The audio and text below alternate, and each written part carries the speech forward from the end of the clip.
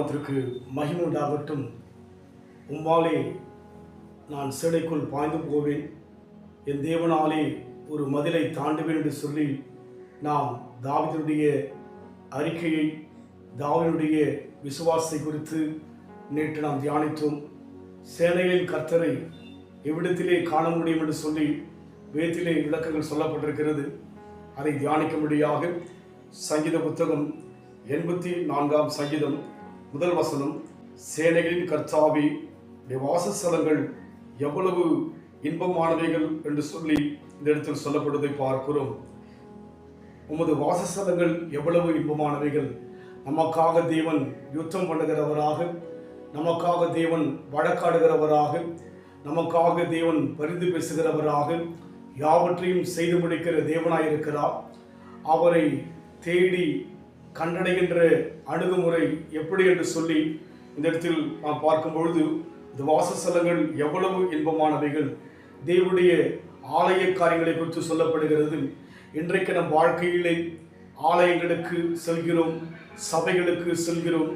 ஆனாலும் கூட நாம் ஒரு கடமைக்காக, பாரம்பரியத்துக்காக செல்லாதபடிக்கு அந்த ஸ்தலத்தை, தேவ ஆலயத்தை இன்பமாக எண்ணி கடந்து போகும்படியாக நாம் விரும்ப வேண்டும். அப்படியாக தான் இந்த சங்கீதம் சொல்லப்படுகிறது. 2ஆம் வசனம் சொல்லப்படுகிறது, என் ஆத்துமா கர்த்தருடைய ஆலய பிரகாரங்களின் மேல் வாஞ்சையாயும் தவனமாயும் இருக்கிறது. என் இருதயமும் என் மாம்சமும் ஜீவனுள்ள தேவனை நோக்கி கம்பீர சத்தமிடுவதாக இந்த சங்கீதக்காரனுடைய அனுபவத்தை பார்க்கிறோம். அதனால் ஆலய காரியத்தில் கடந்து போகும்போது வாஞ்சையோடு கூட, தாகத்தோடு கூட, ஆசையோடு கூட சென்று ஆண்டவரை ஆராதிக்கின்ற போது அதன் மூலமாக தேவன் வாழ்க்கையிலே சேனையின் கர்த்தராக வெளிப்படுவார், யுத்தம் செய்ய வெளிப்படுவார், நமக்காக வழக்காட வெளிப்படுவார், நம் பிரச்சனையை தீர்க்க யாவற்றையும் செய்து முடிக்க தேவன் வெளிப்படுவார். எப்பொழுது தேவ ஆலயத்தை குறித்து நமக்குள்ளாக வைராக்கியம் இருக்க வேண்டும், தேவ ஆலயத்தை குறித்து நமக்குள்ளாக தாகம் இருக்க வேண்டும், தேவ ஆலயத்தை குறித்து நாம் தேவ ஆலயத்துக்கு எப்படி பிரயோஜனமாக இருக்க வேண்டும் சொல்லி யோசித்து பார்க்க வேண்டும். எல்லாம் நம் வாழ்க்கையில் கடந்து வரும்போது நம் வாழ்க்கையில் வருகிற எல்லா பிரச்சனையும் தேவன் சேனையின் கர்த்தராக வெளிப்படுவார்.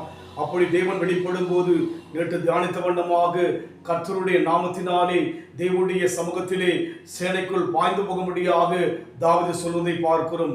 இன்றைக்கு நம் வாழ்க்கையில் இருக்கிற பிரச்சனையை மேற்கொள்வதற்கான ரகசியம், ஆலய காரியத்திலே நாம் தாகமுள்ள மக்களாக, நம் வாழ்விலே ஆலய காரியத்திலே நாம் ஆசையுள்ள மக்களாக, திருச்சபைக்கு தூண்களாக மாறு, தேவனுடைய காரியங்களுக்கு பிரயோஜனமாய் மாறும்போது எப்பேற்பட்ட காரியம் வந்தாலும் கூட நம் வாழ்க்கையிலே ஜெயத்தை பெற தேவன் நம் வாழ்க்கையிலே கிருபை செய்ய இன்றைக்கும் வல்லவராய் இருக்கிறார்.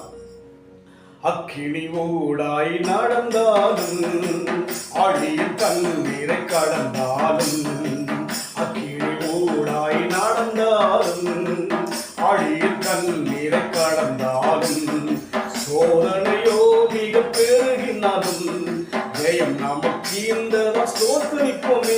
ஆர்ப்புதமே அவர் நடத்துதலே, ஆனந்தமே பரமானந்தமே, நன்றியாளுமே மிக பொங்கிடுதே. நாம் அல்லேலூயா துதி சாட்டிடுவோம், நன்றியாளுமே மிக பொங்கிடுதே. நாம் அல்லேலூயா துதி சாட்டிடுவோம். துதித்து பாடிட பாத்திரரே உங்கவனே சுவிநாமமதே, துதிகளின் வார்த்தையில் வாசம் செய்யும் தூயனே அமர் ஸ்தோத்திரிப்போமே.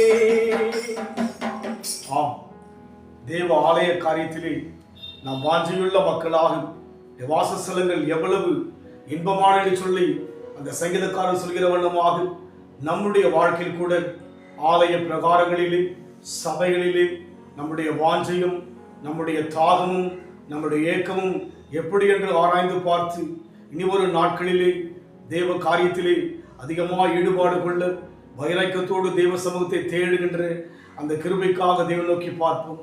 அன்பின் ஆண்டவரே, சங்கீதக்காரர் சொல்கிற வண்ணமாக சேனைகளின் கர்த்தாவே வாசஸ்தலங்கள் எவ்வளவு இன்பமானவைகள். ஆமாண்டவரே, எங்கள் வாழ்க்கையில் கூட ஆலயத்தை இன்பமாக, ஆசையாக, தாகத்தோடு தேடி வரும்படியான அந்த அனுகிரகத்தை எங்களுக்கு தருவீராக பொறுப்படுத்திக் கொள்ளுங்கள். இயேசுவின் நாமத்தில் பிதாவே, ஆமென். கர்த்தர் ஆசீர்வதிப்பாராக. God bless you.